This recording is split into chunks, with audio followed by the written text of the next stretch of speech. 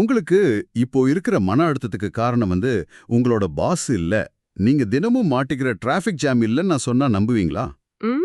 கண்டிப்பா யாரும் நம்ப மாட்டாங்க. ஏன்னா நாம எப்பவுமே வெளியில தானே காரணத்தை தேடுவோம். ஆமா, அதான் உண்மை. ஆனா உங்க ஸ்ட்ரெஸ்ஸுக்கான உண்மையான காரணமே நீங்க எல்லாத்துலயும் ஒரு பெர்ஃபெக்ட்டான ஆளா இருக்கணும்னு அளவுக்கு அதிகமா ட்ரை பண்றதுதான்னு சொன்னா, வாவ், இது கொஞ்சம் யோசிக்க வேண்டிய விஷயம்தான். கண்டிப்பா இந்த ஆழமான தேடலுக்கு உங்களை வரவேற்கிறேன். இன்னைக்கு நாம ரொம்ப ரொம்ப முக்கியமான ஒரு விஷயத்த அலசப் போறோம். ஆமா, நிறைய பேருக்கு தேவையான ஒரு தலைப்பு இது. அதாவது ஓஷோ எழுதின மெடிடேஷன் ஃபார் பிஸி பீப்புள், பரபரப்பான மனிதர்களுக்கான தியானம் அப்படிங்கிற புத்தகத்தோட கருத்துக்களை தான் நாம இன்னைக்கு பார்க்க போறோம். தியானம்னா உடனே ஏதோ இமயமலைக்கு போய் கண்ணை மூடிட்டு உட்கார்றது இல்லையா? கண்டிப்பா இல்ல. நீங்க யூடியூப் வீடியோ பார்க்குற நேரத்துல, ஆஃபீஸ் மீட்டிங் நடுவுல, இல்ல ஒரு நெரிசலான பஸ்ல போகும்போது கூட செய்யக்கூடிய ரொம்ப பிராக்டிக்கலான விஷயங்களை ஓஷோ சொல்லியிருக்கார். அது கேட்கவே ரொம்ப சுவாரஸ்யமா இருக்கு. இத பத்தி ஆழமா பேசுறதுக்கு முன்னாடி ஓஷோ சொல்ற ஒரு அருமையான உதாரணத்தை உங்ககிட்ட ஷேர் பண்ணணும்னு நினைக்கிறேன். சொல்லுங்க கேப்போம். இங்க மனச ஒரு அலங்கோலமான அறையா கற்பனை செஞ்சுக்கோங்க. உள்ள இருக்கிற ஃபர்னிச்சர்ஸ் எல்லாம் தலைகீழா கிடக்கு. சரி. விலைமதிப்பற்ற ஒரு பெரிய சரவிளக்கு தரையில விழுந்து கிடக்கு. ஆனா அந்த அறையில இருந்து எந்த பொருளும் வெளியில போகல, தொலைஞ்சும் போகல. எல்லாமே உள்ளே தான் இருக்கு. எக்ஸாக்ட்லி. எல்லாமே அங்கேயே தான் இருக்கு. ஆனா எதுவுமே சரியான இடத்துல இல்ல. இப்படி ஒரு அறையில வாழ்றது எவ்வளவு கஷ்டமா இருக்கும். ரொம்ப மூச்சு முட்டுற மாதிரி இருக்கும்ல, இருட்டாவும் இருக்கும். ஆமா, ஓஷோ என்ன சொல்றாருன்னா, நம்மளோட நிலையும் இதுதான். நாம பிறந்தப்போ இருந்த அதே முழுமையான எனர்ஜியோட தான் இப்பவும் இருக்கும். ஆனா நம்ம கவனம் முழுக்க வெளி உலகத்தை நோக்கியே இருக்கு. கரெக்ட். அடுத்தவங்க என்ன நினைக்கிறாங்க, சோஷியல் மீடியால என்ன நடக்குதுன்னு எப்பவும் வெளியவே பார்த்துட்டு இருக்கிறதால நம்மளோட உள் உலகம் அந்த அலங்கோலமான அறை மாதிரி இருட்டாவே கிடக்கு. நாம அந்த அறையை விட்டு எப்படியாவது தப்பிச்சு வெளியே ஓடணும்னு தான் பாக்குறோமே தவிர அந்த அலங்கோலத்தை சரி செய்யணும்னு நினைக்கிறது இல்ல. ஆமா, அந்த இருட்டிலேயே வாழ பழகிடும். இத சரி பண்ணணும்னா முதல்ல அந்த அறையில இருக்கிற ஸ்ட்ரெஸ் எதனால வருதுன்னு நம்ம புரிஞ்சுக்கணும். சரி, பொதுவா நாம என்ன நினைக்கிறோம்? ஸ்ட்ரெஸ் அப்படிங்கிறது வெளியே இருந்து வருதுன்னு நினைக்கிறோம். ஷேர் மார்க்கெட் சரிஞ்சிருச்சு, இல்ல மேனேஜர் திட்டார், அதனால மன அழுத்தம் வந்துருச்சுன்னு நம்புறோம். ஆனா ஓஷோவோட பார்வை இதுல ரொம்பவே வித்தியாசமானது இல்லையா? ரொம்பவே வித்தியாசம். மன அழுத்தம் என்பது வெளி உலக விஷயங்களால வர்றதில்ல, அது நம்மளோட தவறான வாழ்க்கை முறையினால வருதுன்னு அவர் சொல்றார். ஒரு நிமிஷம், இப்போ நீங்க சொல்றத பார்த்தா என் மேனேஜர் எனக்கு ராத்திரி 8 மணிக்கு புதுசா ஒரு வேலையை கொடுத்தா அதனால எனக்கு வர ஸ்ட்ரெஸ் ஏன் தப்பா? இது கொஞ்சம் முரண்பாடா இருக்கே. அதுதான் ஓஷோவோட தத்துவத்துல இருக்கிற சுவாரஸ்யமே. பிரச்சனை மேனேஜரோ அந்த வேலையோ கிடையாது. அப்போ வேற என்ன? அந்த சூழ்நிலைய நாம உள்ளக்குள்ள எப்ப எதிர்கொள்றோம் அப்படிங்கறதுல தான் விஷயம் இருக்கு. புரியல, கொஞ்சம் விளக்கமா சொல்ல முடியுமா? அதாவது நாம வளர்க்கப்பட்ட விதமே ஒரு தொடர் போராட்டமா தான் இருக்கு. சின்ன வயசுல இருந்தே நீ நம்பர் 1 வரணும், மத்தவங்க முன்னாடி உன்னை நிரூபிக்கணும் அப்படிங்கிற ஒரு லட்சிய வெறி நம்ம மூளையில ஆழமா விதைக்கப்பட்டிருக்கு. ஆமா, எப்ப பார்த்தாலும் ஒரு காம்படிஷன். கரெக்ட். ஓஷோ என்ன சொல்றார்னா, நான் நானாக இருப்பது போதாது, நான் எதையாவது சாதித்து காட்ட வேண்டும் அப்படிங்கிற இந்த எண்ணம் தான் நம்மள நாமே வெறுக்க வைக்குது. வாவ், நம்மள நாமே வெறுக்க வைக்குதா? ஆமா, நம்மளோட இயல்பான தன்மையை ஏத்துக்காம எப்பவோ ஒரு கற்பனையான பெர்ஃபெக்ஷனை நோக்கி ஓடிக்கிட்டே இருக்கிறது தான் மன அழுத்தத்தோட உண்மையான ஆணிவேர். எனக்கு புரியுது. ஆனா ஒரு சின்ன சந்தேகம். லட்சியம் இல்லாம எப்படி வாழ முடியும்? காலையில நம்மள படுக்கையிலிருந்து எழுப்பி ஓட வைக்கிறதே அந்த லட்சியம் தானே? நல்ல கேள்வி. லட்சியமே இல்லாம வாழ்ந்தா அது ஒரு சோம்பேறித்தனமா மாறிடாதா? இதை நான் ஒரு மாடர்ன் உதாரணத்தோட கேட்கிறேன். சொல்லுங்க. லட்சியம் அப்படிங்கிறத ஒரு ஸ்மார்ட் போன் மாதிரி வச்சுக்குவோம். ஸ்கிரீன் பிரைட்னஸை ஃபுல்லா வச்சுக்கிட்டு பேக்ரவுண்ட்ல ஒரு 50 ஆப்ஸ் ஓடிக்கிட்டு இருந்தா பேட்டரி சீக்கிரம் காலியாகும். ஆமா, சீக்கிரம் ட்ரெயின் ஆயிடும். ஆனா அதுவே லோ பவர் மோட்ல போட்டா ரொம்ப நேரம் உழைக்கும், ஆற்றல் மிச்சமாகும். நீரோட்டத்துக்கு எதிரா நீந்துற அந்த லட்சியம்ங்கிறது அந்த ஃபுல் பிரைட்னஸ் மாதிரி இல்லையா? ரொம்ப ரொம்ப அழகான உதாரணம். ஓஷோ சொல்றதும் இதே கான்செப்ட் தான். அப்படியா? ஆமா, அந்த 50 ஆப்ஸ் பேக்ரவுண்ட்ல ஓடுது பாத்தீங்களா, அதுதான் நம்மளோட ஈகோ. ஓ, நம்மளோட ஈகோ தான் அந்த பேக்ரவுண்ட் ஆப்ஸ். எக்ஸாக்ட்லி. இயற்கைக்கு முரணா எப்பவும் உலகத்துக்கிட்ட போராடிக்கிட்டே இருக்கிற வாழ்க்கை நம்மளோட மொத்த எனர்ஜியும் அந்த பேட்டரி மாதிரி உறிஞ்சு தீர்த்துடுது. அதனாலதான் மாடர்ன் உலகத்துல பலரும் எப்பவுமே ஒரு சோர்வோடவே ஒரு பர்ன் அவுட் ஸ்டேட்லயே சுத்திட்டு இருக்காங்க போல. உண்மைதான். நீரோட்டத்தோட சேர்ந்து மிதக்கிறது அப்படிங்கிறது சோம்பேறித்தனம் கிடையாது. அது உங்க ஸ்மார்ட் போனை லோ பவர் மோட்ல வச்சு உண்மையிலே தேவையான வேலைக்கு மட்டும் எனர்ஜியை யூஸ் பண்றது. அதாவது தேவையில்லாத விஷயத்துக்கு டென்ஷன் ஆகாம இருக்கிறது. கரெக்ட். எந்த ஒரு வேலையை செஞ்சாலோ பதவியோ பணமோ உங்களை நிரூபிக்கிறதுக்காக செய்யாம அந்த வேலையோட முழுமையா ஒன்றி போய் சேருது. இப்போ தெளிவா புரியுது. நீங்க லட்சியத்தோட இருக்கலாம், ஆனா அந்த லட்சியம் உங்களோட நிம்மதிய விலையா கேட்க கூடாது. உங்களை நீங்க முழுசா ஏத்துக்கும்போது அந்த ஈகோவோட போராட்டம் நின்னு எனர்ஜி மிச்சமாகுது. சரி, லட்சியங்கள் தான் ஸ்ட்ரெஸ்ஸுக்கு காரணம்னு புரிஞ்சிருச்சு. நான் லோ பவர் மோட்லயே இருக்கேன்னு வச்சுப்போம். ஓகே. ஆனா நிஜ வாழ்க்கையில திடீர்னு ஒரு பெரிய பொருளாதார சிக்கலோ இல்ல வேலையில பெரிய நெருக்கடியோ வரும்போது நான் என்ன பண்றது? அப்போ கண்டிப்பா ஸ்ட்ரெஸ் வரும். நான் நீரோட்டத்தோட மிதக்கிறேன் அப்படின்னு சொல்லிட்டு சும்மா உட்காந்து தியானம் பண்ண முடியுமா? முடியாது. இப்படிப்பட்ட உண்மையான நெருக்கடிகளுக்கு ஓஷோவோட பிராக்டிக்கலான தீர்வு என்ன? மன அழுத்தம் வந்த உடனே அத ஒரு கெட்ட விஷயம்னு நினைச்சு நம்ம முதல்ல பயப்படக்கூடாது. ஆனா ஸ்ட்ரெஸ் கெட்ட விஷயம் தானே? அப்படி இல்ல. உளவியல்ல ஹான்ஸ் செல்யே அப்படிங்கிற ஒரு புகழ்பெற்ற ஆராய்ச்சியாளர் இருக்காரு. அவர் மன அழுத்தத்தை பத்தி ரொம்ப டீப்பா ரிசர்ச் பண்ணியிருக்கார். அவர் என்ன சொல்றாரு? அவர் என்ன சொல்றாருன்னா, ஸ்ட்ரெஸ்ல யூஸ்ட்ரெஸ் அப்படின்னு ஒரு வகை இருக்கு. யூஸ்ட்ரெஸ் அப்படின்னா? அதாவது ஆக்கப்பூர்வமான நமக்கு உதவி செய்யற மன அழுத்தம். ஓஷோ இத விளக்குறதுக்கு ஒலிம்பிக் ஓட்டப்பந்தய வீரரோட உதாரணத்தை சொல்றாரு. ஓ, ஒலிம்பிக் வீரரா? ஆமா. ஒரு அத்லெட் ட்ராக்ல ஓட தயாராக நிக்கும்போது அவரோட உடம்புல உச்சக்கட்ட ஸ்ட்ரெஸ் இருக்கும். ஹார்ட் பீட் எகுரும். கண்டிப்பா அந்த பதற்றம் இருக்கும். அந்த நேரத்துல அவர் போய் தியானம் பண்ணிட்டு இருக்க முடியுமா? இல்ல ரிலாக்ஸ் பண்றேன் பேர் வழின்னு மாத்திரை போட்டு தூங்க முடியுமா? வாய்ப்பே இல்ல. தூங்குனா ரேஸ்ல எப்படி ஓடுறது? முடியாது. அவர் அந்த அழுத்தத்தை, பதற்றத்தை அப்படியே தனக்கான எனர்ஜியா ஒரு ஃபியூயலா மாத்திக்கிறாரு. வாவ், இது இன்ட்ரெஸ்டிங்கா இருக்கே. அதாவது அந்த மன அழுத்தத்தை நான் எனக்கு சாதகமான ஒரு எரிபொருளா யூஸ் பண்ணிக்கணும். எக்ஸாக்ட்லி. இப்போ பயத்துல ஒருத்தருக்கு பேனிக் அட்டாக் வரும்போது உடம்புல என்ன கெமிக்கல் சுரக்குதோ அதே கார்டிசால், அதே அட்ரினலின் தான் அந்த ஓட்டப்பந்தய வீரருக்கும் சுரக்குது. ஆமா, உடம்பு அளவுல ரெண்டு ஒண்ணுதான். ஆனா அவர் அத நான் தயாரா இருக்கேன்னு நினைக்கிறாரு. நாம அது ஐயோ எனக்கு ஏதோ ஆகப்போகுதுன்னு நினைச்சு பயப்படுறோம். அப்படிதானே? மிகச் சரியான புரிதல். அப்படி என்றால் எனக்கு ஒரு பணப்பிரச்சனையால ஸ்ட்ரெஸ் வந்து ராத்திரி 2 மணிக்கு தூக்கம் வராம தவிக்கும்போது நான் வலுக்கட்டாயமா கண்ணு மூடிட்டு தூங்க முயற்சிக்க கூடாதா? கண்டிப்பா கூடாது. அதான் ஓஷோ சொல்றாரு, தூக்கம் வரலைன்னா பரவாயில்ல. தூக்கம் வரலையேன்னு ஃபீல் பண்ணக்கூடாதா? ஆமா, படுக்கையில புரண்டு புரண்டு படுத்து ஐயோ தூக்கம் வரலையே, நாளைக்கு ஆபீஸ்க்கு எப்படி போவேன் நீ யோசிக்க யோசிக்க ஸ்ட்ரெஸ் இன்னும் அதிகமாகும். பின்ன என்னதான் பண்றது அந்த ராத்திரி 2 மணிக்கு? அதுக்கு பதிலா எந்திரிங்க, ஓடுங்க, நடங்க, வீட்டை சுத்தம் பண்ணுங்க. வீட்டை சுத்தம் பண்ணணுமா? ராத்திரி இல்லையா? ஆமா, உங்க உடம்புல அதிகமா சுரந்திருக்கிற அந்த அட்ரினாலின் எனர்ஜிய பிசிக்கலா செலவு பண்ணுங்க. முழுமையா அந்த அழுத்தத்தை எதிர்கொண்டா, அதாவது அந்த எனர்ஜியை பர்ன் பண்ணிட்டீங்கன்னா தானாகவே உங்க நரம்பு மண்டலம் அமைதியாயிடும். ஓ, எனர்ஜி தீர்ந்த உடனே உடம்பு ரிலாக்ஸ் ஆயிடும். கரெக்ட். உடம்பு தளர்ந்து ஆழ்ந்த உறக்கத்துக்கு போகும். அந்த பயத்தை எதிர்க்காம அத ஒரு எனர்ஜியா யூஸ் பண்றது தான் இங்க சீக்ரெட். ரொம்ப பிராக்டிக்கலான அப்ரோச். பெரிய நெருக்கடிகளை எப்படி ஹேண்டில் பண்றதுன்னு பார்த்துட்டோம். ஆனா தினமும் நம்ம சந்திக்கிற சின்ன சின்ன சலிப்புகள், டிராஃபிக் டென்ஷன், எரிச்சல் மூட்டுற இமெயில்ஸ், இதையெல்லாம் கட்டுப்படுத்த என்ன பண்றது? அதுக்கும் ஓஷோ வழி சொல்றாரு. மணிக்கணக்கில் சம்மணமிட்டு உட்கார்ந்து மூச்ச கவனிக்க நேரமில்லாத என்னை போன்ற பிஸியான மனிதர்களுக்கு ஓஷோ பிரத்யேகமா ஏதாவது சொல்றாரா? ஓஷோ பரபரப்பான மனிதர்களுக்காகவே தினமும் செய்யக்கூடிய சில மைக்ரோ மெடிடேஷன்ஸ வடிவமைச்சிருக்காரு. மைக்ரோ மெடிடேஷன்ஸ் கேட்கவே நல்லா இருக்கே. ஆமா, அதுல முதல் பயிற்சி திடீர் நிறுத்தம், அதாவது தி ஸ்டாப் எக்ஸசைஸ். திடீர் நிறுத்தம்னா சடன் பிரேக் போடுற மாதிரியா?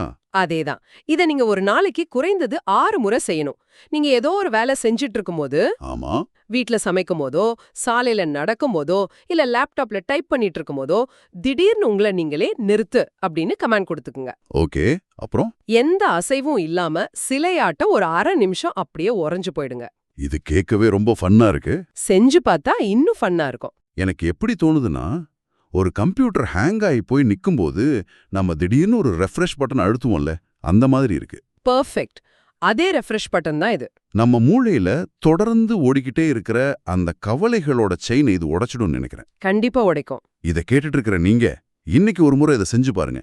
நீங்க எந்த வேலையில இருந்தாலும் ஒரு 30 செகண்ட்ஸ் அப்படியே உறைஞ்சு நில்லுங்க.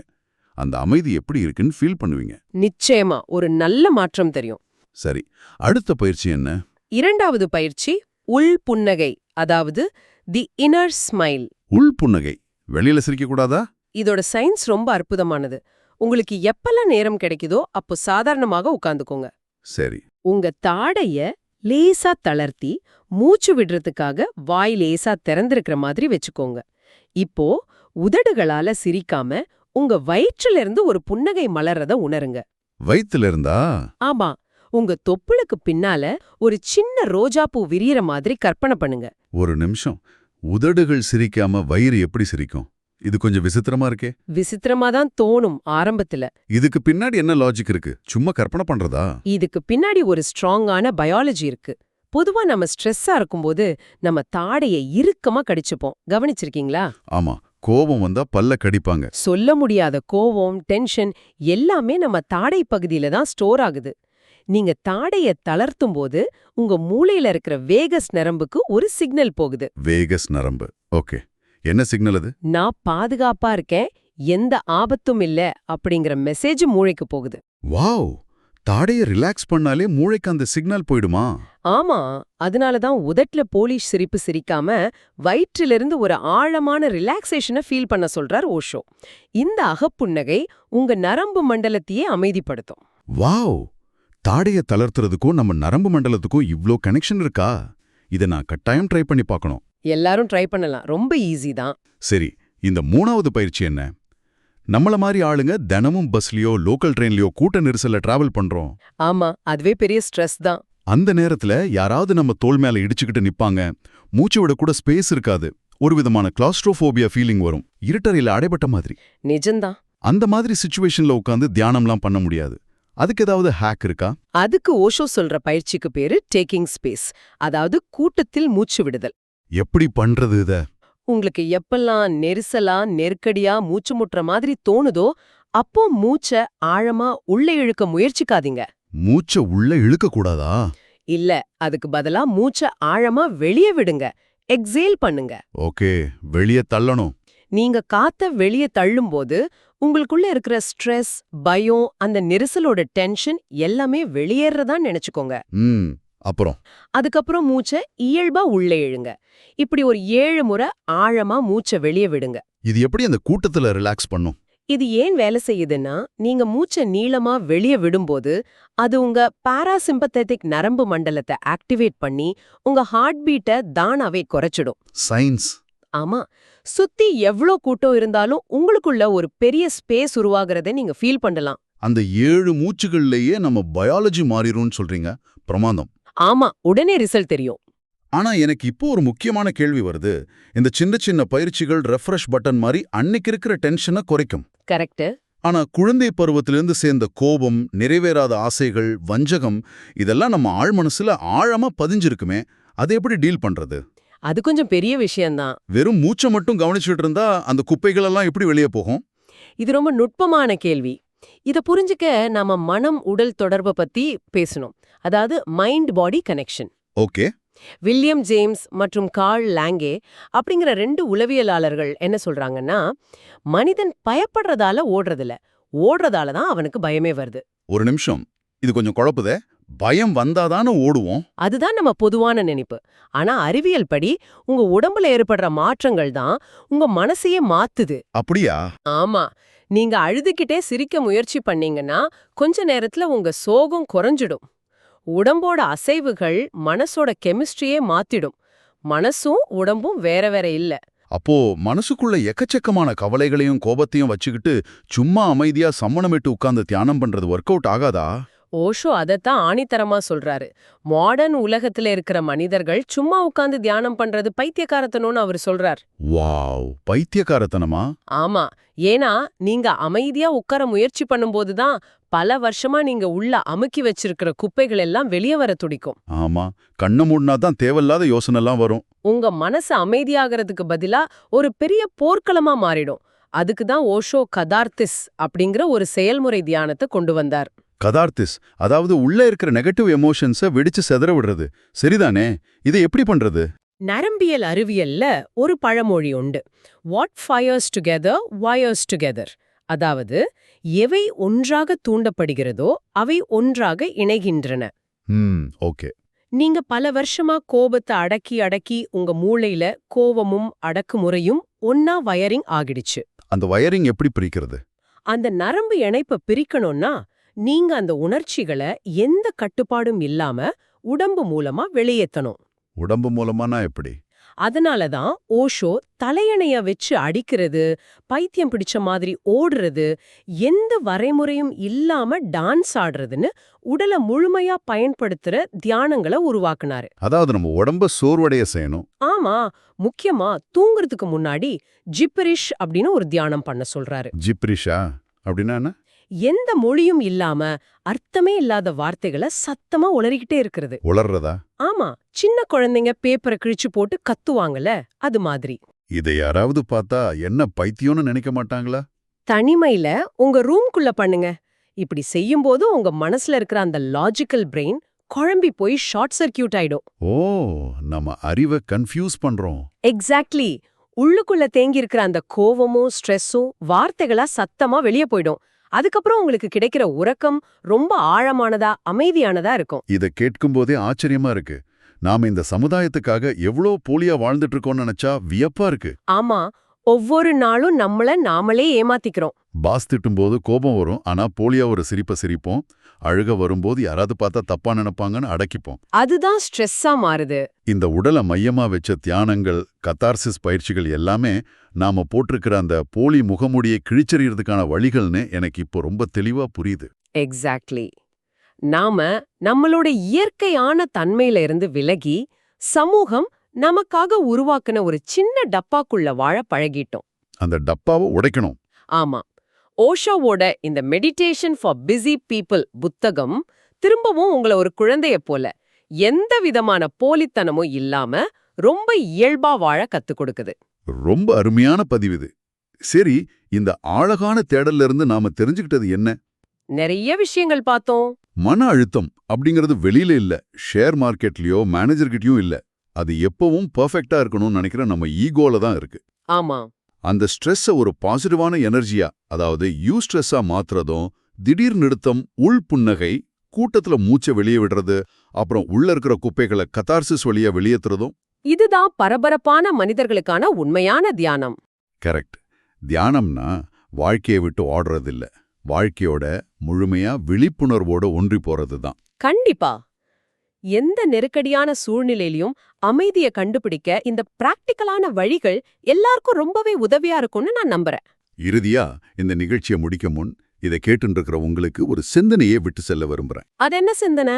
ஓஷோ இந்த உலகத்தை, இந்த வாழ்க்கைய ஒரு லீலா அப்படின்னு சொல்றார். அதாவது இது ஒரு நாடகம், ஒரு பிரபஞ்ச விளையாட்டு. விளையாட்டு, ஆமா. நீங்க இப்போ உங்க வாழ்க்கையில எதிர்கொள்ற மிகப்பெரிய பிரச்சனைய கொஞ்சம் நினைச்சு பாருங்க. அத ஒரு வாழ்வா சாவா அப்படிங்கிற போராட்டமா பார்க்காம, ஒரு பெரிய நாடகத்துல நீங்க நடிக்கிற வெறும் ஒரு கதாபாத்திரமா பார்த்தா எப்படி இருக்கும்? வாவ், அது ஒரு பெரிய பாரத்தை இறக்கி வச்ச மாதிரி இருக்கும். அடுத்த சில நாட்களுக்கு நீங்க எதிர்கொள்ற ஸ்ட்ரெஸ்ஸ இந்த கண்ணோட்டத்துல பாருங்க. உங்க வாழ்க்கையோட தரமே மாறுறத நீங்க கண்முன்னாடி பாப்பீங்க. கண்டிப்பா பாப்பாங்க. உங்க மனசு அப்படிங்கிற அந்த அலங்கோலமான அறையில இருக்கிற பொருட்கள் எல்லாம் தானாகவே அதோட சரியான இடத்துக்கு போய் சேர்றத நீங்க ஃபீல் பண்ணுவீங்க. மீண்டும் ஒரு சுவாரஸ்யமான ஆழமான தேடல சந்திப்போம்.